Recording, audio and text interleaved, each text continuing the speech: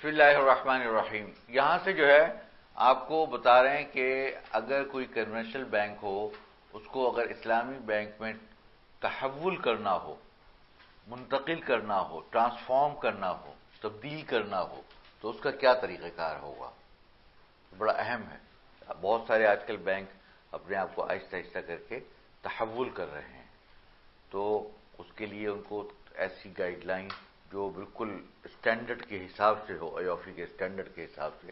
اور یہ ایوفی کے جو اسٹینڈرڈز ہیں، یہ بہت سارے ممالک نے اس کو بطور گائیڈ لائن کے قانونی طور پر رائج کر دیا ہے، جیسے بحرین میں اور ملائیشیا میں اور دبئی میں، اور یہ پاکستان میں بھی کافی حد تک. تو یہ بہت سارے ممالک میں اس طرح ہو چکا ہے. لہذا اور اگر نہیں بھی ہو تو لیکن اللہ تعالیٰ نے الحمدللہ ماشاءاللہ لوگوں کے دل میں اس کی قبولیت ڈال دی ہے. ایک اور بات یہ ہے، دیکھیں نا، اگر کوئی چیز غلط ہوتی ہے نا تو اللہ تبارک تعالیٰ لوگوں کے دلوں سے اس کو کی قبولیت، یعنی ما رآہ المسلمون حسنا فهو عند اللہ حسن.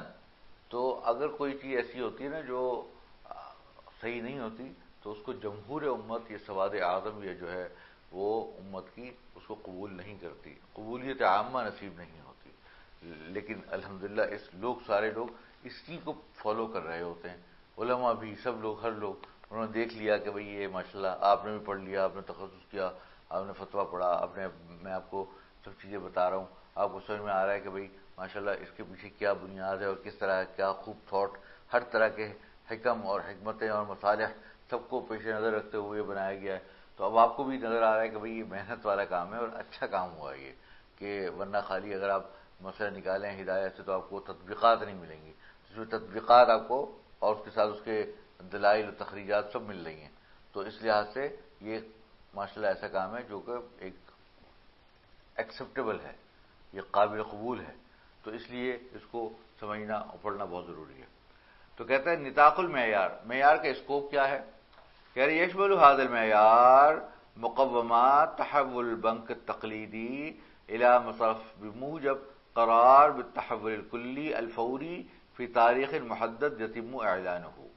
کہ جناب علی یہ معیار مشتمل ہے ایسے آبجیکٹیوز کو کہ جس کے اندر بینک تقلیدی یعنی کنونشنل بینک کو، سودی بینک کو منتقل کیا جا سکے ایک اسلامی بینک میں.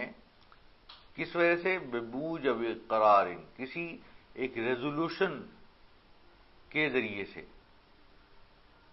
کس بات کی ریزولوشن، کس بات کی قرارداد؟ بالتحول الکلی الفوری، کہ پورے بینک کو فوراً ٹرانسفارم کر دیا جائے، تبدیل کر دیا جائے اسلامی میں، فی تاریخ محدد، اس مدت کے اندر یتم اعلانہ، اور جس کا اعلان مکمل طور پہ کر دیا جائے. سواء کان القرار من داخل البنک، کہتے ہیں کہ جو قرارداد ہوتی ہے دو صورتیں ہو سکتی ہیں، کہ یا تو جو اندر اس بینک کے جو بورڈ آف ڈائریکٹرز ہیں اور اے جی ایم ہے، اس کے اندر لوگ جو ہیں وہ اعلان کرتے ہیں کہ بھئی ہم یہ اس کو تبدیل کر رہے ہیں. اور دوسرا طریقہ کیا ہے کہ کوئی یہ والی پارٹی جو ہے بینک بیچ رہی ہے، لیکن جو خریدار ہے وہ کہتے ہیں کہ بھئی ہم اس وقت خریدیں گے کہ جب یہ اسلامی ہو جائے گا، ہم سودی بینک نہیں خرید سکتے. او من خارجی یتملکہ من قبل الراغبین فی تحولہ، کہتے ہیں کہ جب جو خریدار ہیں وہ اس طرف رغبت رکھ رہے ہوں کہ اس کو تحول کرنے کے بعد اس کو خریدا جائے. بل مدد زمنی التحول، کہہ رہے اس میں یہ بھی آپ کو ذکر کریں گے ہم انشاءاللہ کہ کتنی مدت ہونی چاہیے اس تحول کی. واثر التحول علی ترقی تلقی الاموال وکیفیت توظیفها، اور کہہ رہے ہیں جب تحول کریں گے تو پھر اپنے مالوں کو لوگوں سے لینا، یعنی ڈپازٹ لینا، اور وکیفیت توظیفیہ، اور کس طرح اس کو امپلوائے کرنا، کس طرح اس کو انگیج کرنا، کس طرح اس مال کو آگے انویسٹ کرنا ہوگا، تو وہ سب بتائیں گے انشاءاللہ.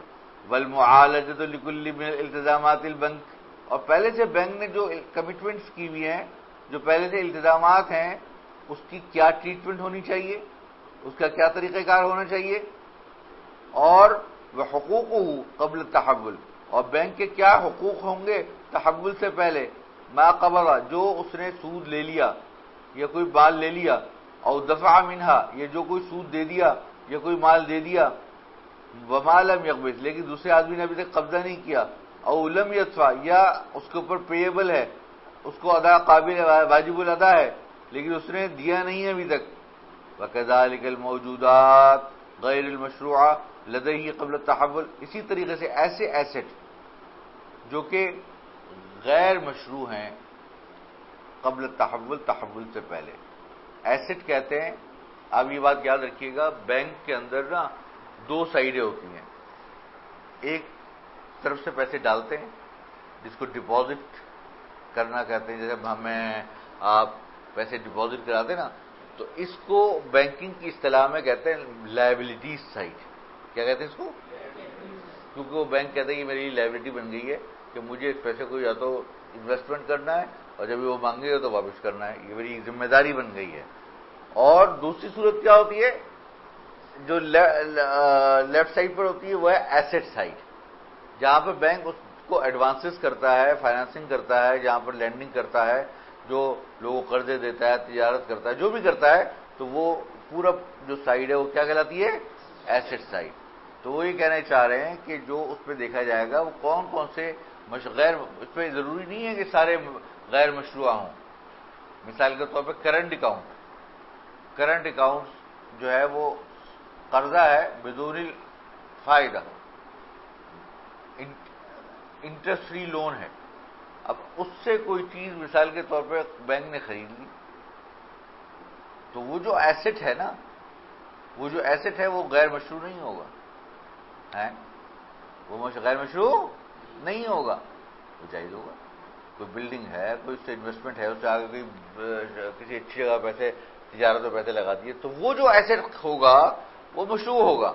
تو گویا کہ بینک کی جو بیلنس شیٹ ہے، اس کا جو پورا پورٹ فولیو ہے، اس کا جو پورا ایک پول ہے، اس کے اندر دیکھا جائے گا کہ کتنے ایسٹ ایسے ہیں کہ جو ناجائز ہیں اور کتنے ایسٹ ایسے ہیں جو جائز ہیں. ووجوہ التصرف فیہا، اور یہ دیکھا جائے گا کہ اس پہ کس طریقے سے تصرف کیا جا رہا ہے. ابھی کیا غیر مشروع تو ہیں، ٹھیک ہے، یہ مشروع تو ہیں لیکن ان کو کس طرح استعمال کیا جا رہا ہے کہ ایسا تو نہیں کہ غیر مشروع طریقے سے استعمال کیا جا رہا ہو مشروع لیکن غیر طریقے سے مشروع طریقے سے استعمال کیا جا رہا ہو، یہ اس کا برعکس ہو. تو وہ ساری چیزیں آپ نے ایک ایک کر کے ہر ایک چیز کو اٹھانی ہے اور ٹک مارک کرتی جانی ہے. جو صحیح ہے یہ صحیح ہے، جو غلط ہے وہ غلط ہے، جو صحیح ہے وہ صحیح ہے، جو غلط ہے وہ غلط ہے. اس طرح آپ نے پورے اس کے جو بیلنس شیٹ کے جو ایسٹ سائڈ ہے اس کو پورے کو دیکھنا ہے. لائبلٹی سائڈ کو اس لیے نہیں کہہ رہے کیونکہ لائبلٹی سائڈ کے اندر جو بینک ہوتا ہے اس میں صرف اور صرف قرضہ ہی ہوتا ہے. وہاں یہ تو ہمارے پاکستان میں ہوتا ہے کہ کہہ دیتے ہیں P L S account, profit loss sharing, لیکن دنیا میں ایسا نہیں ہوتا. وہاں پہ جتنے بھی آپ چاہے کرنٹ اکاؤنٹ کہہ لیجیے، چاہے چیکنگ اکاؤنٹ کہہ لیجیے، چاہے سیونگ اکاؤنٹ کہہ لیجیے، چاہے فکس ٹرم ڈپازٹ کہہ لیجیے، وہ سب جو ہے وہ لینڈنگ کی بنیاد پہ. گویا کہ بینک نے قرضہ دیا ہے اور اس کو یہ کیوں اس کو کہتے تو اس کو عربی زبان میں ودائع ہیں کہ یہ ودیعہ ہے، لیکن حقیقت میں ودیعہ نہیں ہے، امانت نہیں ہے. ودیعہ کہتے ہیں امانت کو، تو ودیعہ اس کو کہتے ہیں ڈپازٹ ہیں یا ودائع ہیں، لیکن حقیقت میں ودیعہ نہیں ہے بلکہ کیا ہے؟ قرض ہے. کیوں؟ اس لیے کہ ودیعہ کے دو حکم ہیں. ایک ودیعہ کو آپ استعمال نہیں کر سکتے، ودیعہ کو استعمال نہیں کر سکتے، آپ اس کو لے جا کے سائڈ میں رکھ دیں. اور دوسرا یہ کہ اگر وہ ہلاک ہو جائے تو یہ بغیر تعدی اور تصرف کے تو وہ ضامن نہیں ہوتا. تو برخلاف اس کے کہ پہلی بات تو یہ کہ وہ اس کو پیسے کو استعمال کرتا ہے، دوسرا یہ کہ وہ اس پیسے کا ضامن ہوتا ہے. تو دونوں باتیں یہ بتلا رہی ہیں کہ یہ در حقیقت نام کا تو ودیعہ ہے لیکن حقیقت میں کیا ہے؟ قرض ہے. یہ لہذا اس کے اوپر جو بھی ایکسٹرا دیا جائے گا وہ کیا ہوگا؟ سود ہوگا. تو لائبلٹی سائڈ جتنی بھی ہے وہ پوری کی پوری غیر مشروع ہے سوائے کرنٹ اکاؤنٹ جس پہ انٹرسٹ فری ہوتا ہے. بات سمجھے آپ کے؟ لیکن ایسٹ سائڈ کے اندر مکس پورٹ فولیو ہو سکتا ہے، اس میں مشروع بھی ہو سکتا ہے اور غیر مشروع بھی ہو سکتا ہے. تو اس پہ ہمیں دیکھنا ہوگا کہ کون سا مشروع ہے کون. پہلے آپ نے سب سے پہلا اسٹیپ، سب سے پہلا قدم آپ کا یہ ہونا چاہیے کہ سب سے پہلے آپ یہ دیکھیے کہ لائبلٹی سائڈ میں تو آپ کو کرنٹ اکاؤنٹ الگ کر کے باقاعدہ یہ ناجائز ہے، اس کو آپ سب سے پہلے مضاربہ یا مشارکہ میں تبدیل کریے، ٹھیک ہے. پھر آ گیا ایسٹ سائڈ. اب ایسٹ سائڈ میں دیکھیں گے کہ جو بہت سارے سودی قرضے ہوں گے، بہت ساری ایسی انویسٹمنٹ ہوں گی جو جائز انویسٹمنٹ ہوں گی اور جائز پیسوں سے لی گئی ہوں گی، تو اس کو آپ نے نہیں چھیڑنا، آپ وہ ٹک مارک لگا دیں گے. تو پھر آپ نے اس پہ فوکس کرنا ہے کہ جو ناجائز ہے اس کو سب کو الگ کر لیجئے، پھر ان کا الگ الگ ٹریٹمنٹ کیسے ہوگا وہ کرتے رہیے. ولا يشمل هذا المعيار ما كان مباحا من اعمال البنوك والمكاسبہ. کہہ رہے ہیں کہ جناب علی یہ معیار ان چیزوں کو شامل نہیں ہوگا جو بینک کے بہت سارے عمل ایسے ہوتے ہیں جو جائز ہوتے ہیں اور اس کے جو کمائی کا ذریعہ ہوتے ہیں. مکاسبہ، مقصد کمانے کمانے کا ذریعہ، کمانے کی جگہ. اس لیس محلا للتحول، کیونکہ تحول کی ضرورت ہے. ہمیں بات تحول کی کر رہے ہیں نا بھائی، تحول کس چیز کا ہوگا؟ جو ناجائز ہوگا. تو جب وہ آلریڈی جائز ہے تو پھر تحول ہی نہیں ہے. لأنه لا محظور شرعا في الاستمرار علیہ، کیونکہ اس پہ کوئی شرعن ممانعت نہیں ہے اس کو برقرار رکھنے میں. والانتفاع به، اور اس سے انتفاع حاصل کرنے میں. كما لا يشمل ما يتعلق بانشاء البنوک التقلیدیہ نوافذ او ادارات او وحدات اسلامیہ. اسی طرح یہ جو ہمارا اسٹینڈرڈ ہے یہ شامل نہیں ہے ایسی چیزوں کو جو کہ متعلق ہیں کسی تقلیدی بینک کو کریٹ کرنے میں یا اس کے نوافذ، اس کی ونڈوز اور ادارات یا اس کو چلانے میں، اور وحدات اسلامیہ یا اس کے اسلامک یونٹ کے بارے میں. ہم تو بھائی پورے اسلامی بینک کی بات کریں گے، ہم یہ یونٹ اور ونڈو اور یہ سب چیزوں کی بات نہیں کر رہے. تو کوئی بینک ہے وہ کہہ رہا ہے یار میرا تو چلو ونڈو دونوں طرف سے نفع ہے، یہاں سے بھی ہے وہاں سے بھی ہے. تو میں وہ اللہ تعالیٰ معاف کرے، مجھے ایک صاحب آئے تھے، وہ بتانے لگے کہ ایک ٹی وی چینل ہے تو اس نے جو ہے نا ٹی وی کے 2 حصے بنائے، اور کوئی صاحب تھے پتہ نہیں کون سے، مجھے نام یاد نہیں ہے. تو وہ انہوں نے ٹی وی کے 2 حصے بنائے. ایک حصہ میں اس پر صرف ڈرامے اور اس طرح کی چیزیں، میوزک، ڈانس، یہ وہ دنیا بھر کی سب جو غلط چیزیں ہیں وہ سب دکھا دیتے. اور ایک ٹی وی میں صرف اور صرف نعت، تقریر اور یہ اور وہ. تو کہنے ہیں کہ یہ والا جو میں نے بنایا اللہ کے لیے بنایا، یہ شیطان کے لیے بنایا. الیاذ باللہ. مطلب یہ کہ ہم ایسا کام کیوں کریں؟ مسلمان ہو کر ہم لوگوں کے لیے یہ ذمہ داری ہے کہ ہم سارا کام اللہ ہی کے لیے کریں.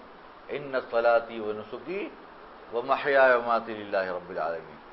ٹھیک ہے نا؟ تو ادخلوا فی السلم کافہ، یہ نہیں ہے. لوگ کہتے ہیں، آپ ذرا بہت اہم بات ہے یہ، آپ بہت سے لوگ کہتے ہیں یار کیا ہے ملک میں پیرالل سسٹم ہونا چاہیے، ایک طرف سودی بھی چلتا رہے. بھائی یہ اسلامی جمہوریہ پاکستان ہے، یہاں یہ منشور یہ پاکستان اس لیے بنا ہے کہ یہاں مسلمانوں کے طریقے نافذ ہوں گے. اور ادخلوا فی السلم کافہ کا مطلب کیا ہے؟ یہ تھوڑی ہے کہ آپ یہ بھی جو آپ کو دل چاہے جس کا دل چاہے وہ کرو، وہ جس کا حکومت پاکستان، ریاست پاکستان کی ذمہ داری ہے کہ وہ یہاں پر وہ، اور چنانچہ آئین میں بھی لکھا ہوا ہے کہ جو بھی ایسے قوانین بنیں گے جو غیر اسلامی ہوں گے اس کو تبدیل کر دیا جائے گا. وہ الگ بات ہے کہ ہمارے جو حکومتیں آتی ہیں بعض اوقات وہ اس کے اندر جو ہے نا وہ سستی دکھاتی ہیں یا کیا کرتی ہیں. تو لیکن ہمیں بطور مسلمان پاکستانیوں کے، چاہے ہم حکومت کی پوزیشن میں بیٹھے ہوئے ہوں، چاہے ہم سیاست کر رہے ہوں، چاہے ہم کسی بھی جماعت سے تعلق رکھ رہے ہوں، ہمیں ہر قدم پر یہ بات کرتے رہنی چاہیے. یہ نہیں کہ چپ چاپ ہو کے آنکھیں بند کر کے بیٹھ جائیں گے یار جو ہو رہا ہونے دو اب کیا کریں. ہمارا مسلمان کا کام یہ نہیں ہے. جو ہمارا کام یہ کہ جب بھی کوئی غلط کام ہوتا ہوا دیکھے تو اگر ہاتھ سے روکنے کی طاقت ہو تو ہاتھ سے روکے، زبان سے روکنے کی طاقت ہو زبان سے روکے، ورنہ کم از کم دل سے برا جانے. اور وزاری کا طرف ایمان، اور یہ ایمان کا ضرور ترین حصہ ہے. لیکن یہ ضرور کرنا چاہیے، کیونکہ میں نے الیاذ باللہ میں نے دیکھا کہ بعض ممالک کے اندر اتنے علماء کرام ہیں.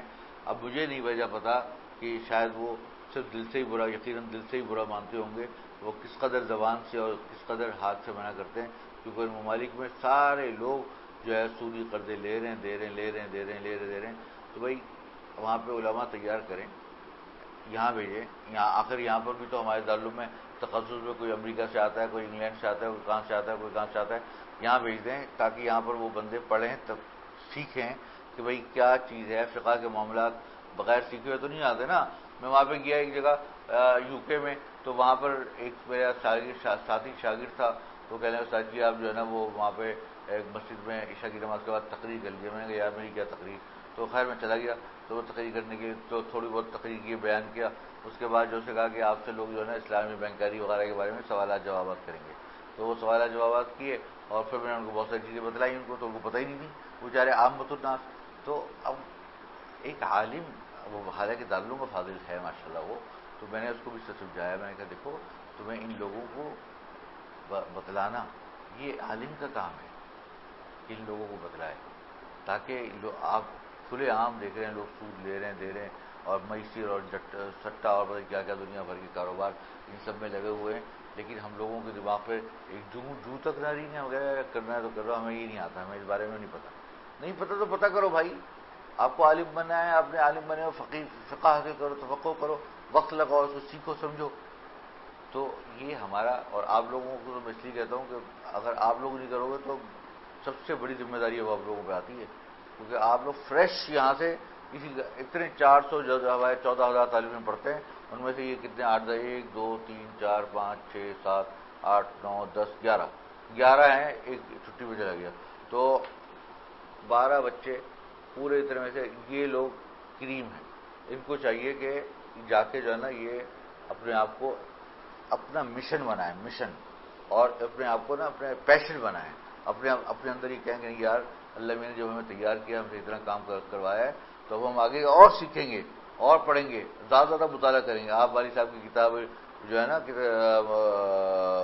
البیوع جو ہے فقہ البیوع، اس کا مطالعہ کیجیے، اس کا تحقیق سے مطالعہ کیجیے، اور کتابوں کا مطالعہ کیجیے، تاکہ آپ کے علم میں اضافہ ہو، اور پھر آہستہ آہستہ آہستہ آہستہ ان چیزوں میں دوسروں کو بھی پڑھائیے، جس مدرسے میں جائیں اس پہ تیار کریں لوگوں، تاکہ ہم اپنے آپ کو اس عظیم گناہ سے پاکستان قوم کو نکال سکیں، اور اپنے معاملات بہت گڑبڑے ہیں، خالی یہ نہیں ہے سود، آپ جب پڑھیں گے آپ کو اندازہ ہوگا کہ کیا کیا گڑبڑیں ہو رہی ہیں، کس طرح کی، کہیں قمار ہو رہا ہے، کہیں میسر ہو رہا ہے، کہیں بہت ساری چیزیں ایسی ہیں جو شریعت کے اندر جو غرر کا باعث ہیں وہ ہو رہی ہیں، لیکن ہمیں اس طرف توجہ نہیں ہے، تو ہمیں توجہ دلانی ہے لوگوں کو، اور ہمیں اس طرح قابل ہونا ہے کہ ہم اس پہ بات کر سکیں، ٹھیک ہے۔ اور اس کے لیے آپ لوگوں نے جو انگریزی ہے وہ سیکھنا آپ کے لیے انتہائی ضروری ہے، اسی طریقے سے آپ لوگوں کو بزنس، تجارت کے بارے میں آپ کو معلوم ہونا بہت ضروری ہے،